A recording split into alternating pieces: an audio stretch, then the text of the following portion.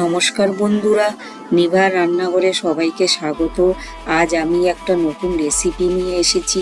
রেসিপিটি হলো চিকেন স্যাটে। এই রেসিপিটা ছোট থেকে বড় সবাই খেতে খুব পছন্দ করে। কিভাবে রেসিপিটি বানাচ্ছি আপনারা দেখতে থাকুন, দয়া করে পুরো ভিডিওটি দেখুন। আমার রান্না দেখে যদি আপনাদের ভালো লাগে তাহলে আমার চ্যানেলটিকে সাবস্ক্রাইব করে দেবেন। প্রথমে আমি এখানে 500 গ্রাম চিকেন নিয়ে নিয়েছি, বোনলেস চিকেন। লেবুর রস দিয়ে দিচ্ছি, স্বাদ মতো নুন দিয়ে দিচ্ছি, সয়া সস দিয়ে দিচ্ছি 1 চামচ, হলুদ গুঁড়ো দিয়ে দিচ্ছি, লঙ্কা গুঁড়ো দিয়ে দিচ্ছি, জিরে গুঁড়ো দিয়ে দিচ্ছি, আদা রসুন বাটা দিয়ে দিচ্ছি। এবার আমি ভালো করে চিকেনটাকে মাখিয়ে নেব।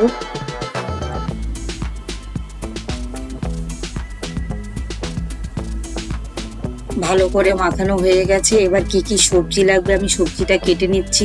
প্রথমে আমি ক্যাপসিকাম এরকম ভাবে কেটে নিলাম, তারপরে টমেটো কেটে নিলাম টুকরো টুকরো করে।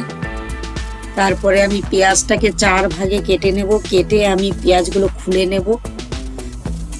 কাচের বাটি নিয়েছি।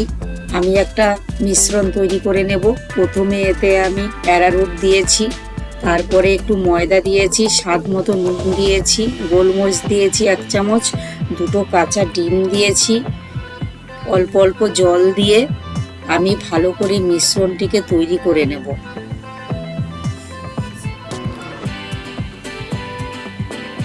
মিশ্রণটি তৈরি হয়ে গেছে।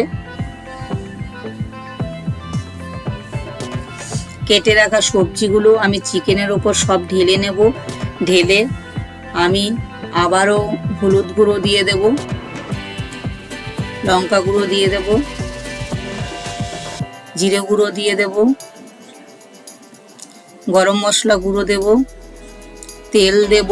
দিয়ে ভালো করে আমি মিশিয়ে নেব। ভালো করে মেশানো হয়ে গেছে। আমি এখানে কাঠিগুলো ভিজিয়ে রেখেছিলাম।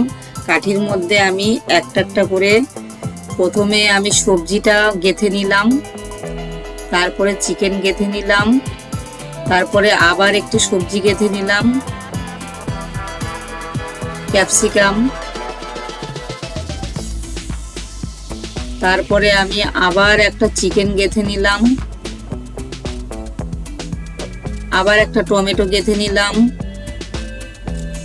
আবার একটা চিকেন গেঁথে নিলাম, আবার একটা ক্যাপসিকাম গেঁথে নিলাম, আবার একটা চিকেন গেঁথে নিলাম। এমনি করে আমি প্রত্যেক কটা কাঠিতে সবজি এবং চিকেন মিলিয়ে মিশিয়ে গেঁথে নেব।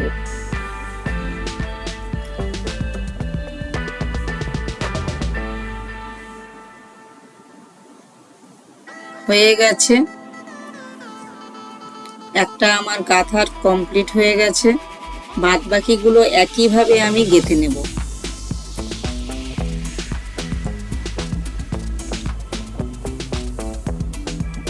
সবকটা পরপর আমি এরকম ভাবেই কাঠিতে গেঁথে নিয়েছি। এবারে আমি যে মিশ্রণটি বানিয়ে রেখেছিলাম সেই মিশ্রণটির মধ্যে আমি ভালো করে লাগিয়ে নেব। চিকেনটাকে ভালো করে চামচ দিয়ে সুন্দর করে লাগিয়ে নিয়ে আমি ফ্রাই প্যানে তেল দিয়ে দিয়েছি। একটু বেশি তেল লাগবে। তেলের মধ্যে একটা একটা করে আমি ছেড়ে দেব। উল্টে পাল্টে ভালো করে ভেজে নেব। ভেজে নিয়ে আমি আবার ডবল করে আবার আমি মিশ্রণটি লাগিয়ে নেব। লাগিয়ে নিয়ে আমি আবার তেলের মধ্যে ভালো করে ভেজে নেব। 2 বার করে ভাজতে হবে।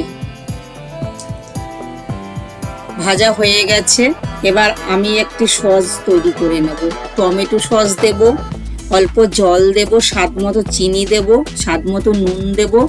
দিয়ে আমি ভালো করে নাড়িয়ে নাড়িয়ে আমি ভালো করে চাটনিটাকে বানিয়ে নেব। নামানোর আগে আমি ধনেপাতা কুচানো দিয়ে দেব। আমার সসটি রেডি হয়ে গেছে। এবার আমি যে ভেজে রেখেছিলাম স্যাটেগুলো তার উপরে আমি সসটাকে ভালো করে ছড়িয়ে দেব।